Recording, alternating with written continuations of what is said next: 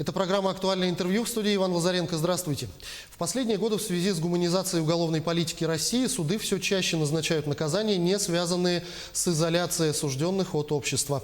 В этой связи вопросы профилактики повторных преступлений и правонарушений среди указанных лиц становятся особо актуальными. В чем причина и условия совершения осужденными без изоляции от общества новых преступлений и можно ли их предотвратить? Об этом мы поговорим со старшим помощником прокурора Республики по надзору за соблюдением законов в исправительных учреждениях, старшим советником юстиции Тимуром Никифоровым. Тимур Аркадьевич, здравствуйте. Добрый день. Расскажите, кто состоит на учете в уголовно-исполнительных инспекциях и как много таких лиц у нас в республике? На учете в уголовно-исполнительных инспекциях состоят условно осужденные, а также осужденные к обязательным исправительным работам, запрету заниматься определенным видом деятельности либо занимать определенную должность, к ограничению свободы. Также состоят лица, в отношении которых судом избрана мера пресечения в виде домашнего ареста, залога или запрета запрета определенных действий. За 11 месяцев текущего года по учетам уголовно-исполнительной инспекции прошло свыше 8800 осужденных без изоляции от общества, а также свыше 140 обвиняемых, в отношении которых избраны меры пресечения в виде домашнего ареста. По состоянию на 30 ноября 2020 года на учете состояло свыше 5300 осужденных и обвиняемых, указанных лиц. Для сравнения, во всех исправительных колониях республики в настоящее время отбывают наказание 2212, по-моему, осужденных. То есть, как мы видим, осужденных без изоляции от общества, состоящих на учете в уголовно-исполнительных инспекциях, практически 2,5 раза больше, чем тех, кто отбывает реальное лишение свободы в местах лишения в исправительных колониях. А сколько такими людьми совершается преступлений? В чем можно назвать главную причину и условия?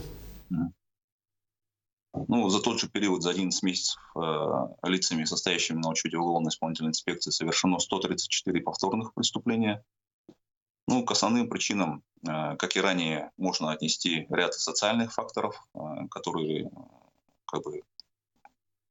между собой находятся в определенной взаимосвязи. Это криминальная зараженность подучетных лиц, уровень безработицы среди них, злоупотребление спиртными напитками, и так далее. Но чтобы не быть голословным, приведу ряд цифр. Это анализ показал, что из числа тех лиц, которые совершили повторные преступления, практически половина, то есть 45%, это лица, которые ранее неоднократно, то есть 2 или более раза судимы. 80% из них не имеют постоянного места работы. Свыше 40% совершили преступления в состоянии алкогольного опьянения. Практически 2/3 преступлений – это преступления против собственности, большинство из которых кражи. Кроме того, как показывают прокурорские проверки, условием, способствовавшим совершению преступлений, явились ненадлежащая работа сотрудников УИ и органов внутренних дел по контролю за такими лицами, которые состоят на учете.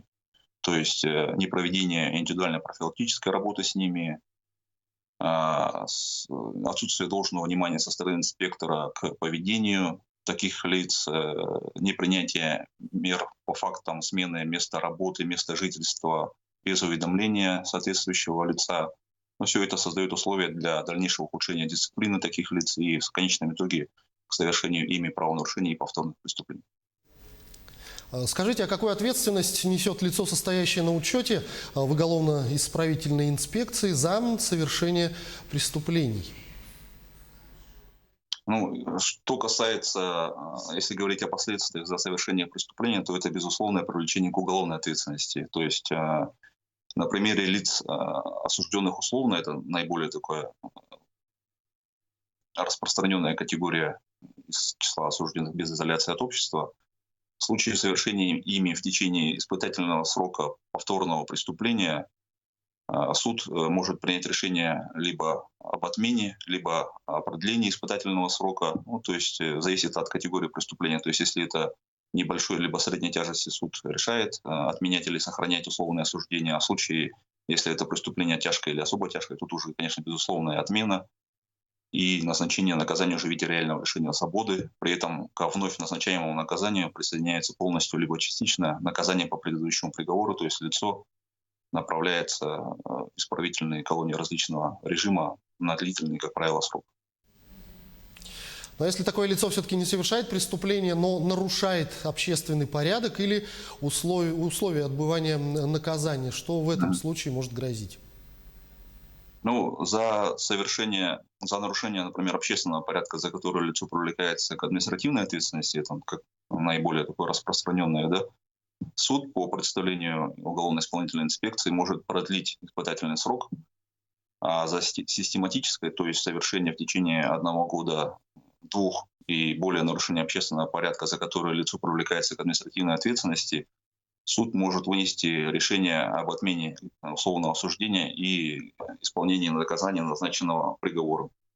То же самое в отношении других категорий осужденных без изоляции от общества. Так, за нарушение осужденным, например, к обязательным работам условий и порядка отбывания наказания уголовно-исполнительная инспекция предупреждает его об ответственности, а в отношении осужденных злостно уклоняющихся от обязательных работ инспекция выносит в суд представление об отмене или замене обязательных работ на принудительные работы либо лишение свободы. При этом нужно отметить, что злостно уклоняющимся от отбывания обязательных работ является не только осужденный, скрывшийся от отбывания наказания, но и более 2 раз в течение 1 месяца не вышедший на работу без уважительных причин, либо нарушивший трудовую дисциплину.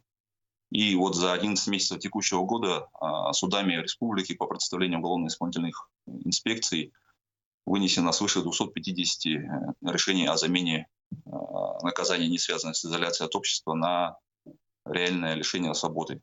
То есть свыше 250 лиц направились в исправительные колонии. Но, тем не менее, какие все-таки права имеются у лиц, осужденных к наказаниям, не связанным с изоляцией от общества? Так, ну, прежде всего, тут необходимо отметить то, что эти права, они разъясняются, как правило, при первоначальной беседе в уголовно-исполнительной инспекции. То есть каждый осужденный без изоляции от общества, он при постановке на учет уголовно-исполнительную инспекцию, ему разъясняются права инспектором УИ. Здесь, ну, общие права у них имеются, как у всех осужденных, то есть это право на медицинскую помощь, право на подачу заявления, обращений, ходатайства в государственные органы госвласти республики, органы местного самоуправления и так далее. Ну, что касается социальных вот таких прав, здесь необходимо ответить то, что они имеют право обратиться в уголовно-исполнительную инспекцию с просьбой об восстановлении утраченных документов, о помощи в реализации жилищных проблем, о получении психологической помощи, либо о содействии в трудоустройстве, ну и так далее. Ну вот о трудоустройстве. Можете ли подробнее рассказать о помощи в трудоустройстве осужденных? Что делать осужденному без изоляции от общества, у которого нет работы? Ну, во-первых, конечно же, необходимо озвучить данную проблему при первоначальной беседе с инспектором уголовно-исполнительной инспекции, либо в любой другой момент во время нахождения такого лица на учете. Так, в настоящее время уголовно-исполнительной инспекции совместно с органами занятости населения республики проводится целый комплекс мероприятий, направленных на повышение уровня трудоустройства осужденных без изоляции от общества. То есть это мероприятие постоянно проводится совместно с Государственным комитетом по занятости населения республики, с центрами занятости населения на местах. В частности, реализуется пилотный проект «Труд. Путь к новой жизни» в 3 центрах занятости населения: в Хангаласском, Ленском и районах и городе Якутске. 2 раза в год, насколько я помню, проводятся ярмарки вакансий для лиц, осужденных без изоляции от общества, и лиц, освободившихся из мест лишения свободы. Также на территории республики действует государственная программа республики по профилактике правонарушений, где есть подпрограмма содействия уголовно-исполнительной системе и социальной адаптации, и реабилитации, ресоциализации лиц, осужденных без изоляции от общества, в рамках которой можно пройти обучение в профессиональных образовательных организациях на территории республики. Это Якутский технологический техникум сервиса, Якутский индустриально-педагогический колледж, Алданский политехнический техникум и другие учебные заведения.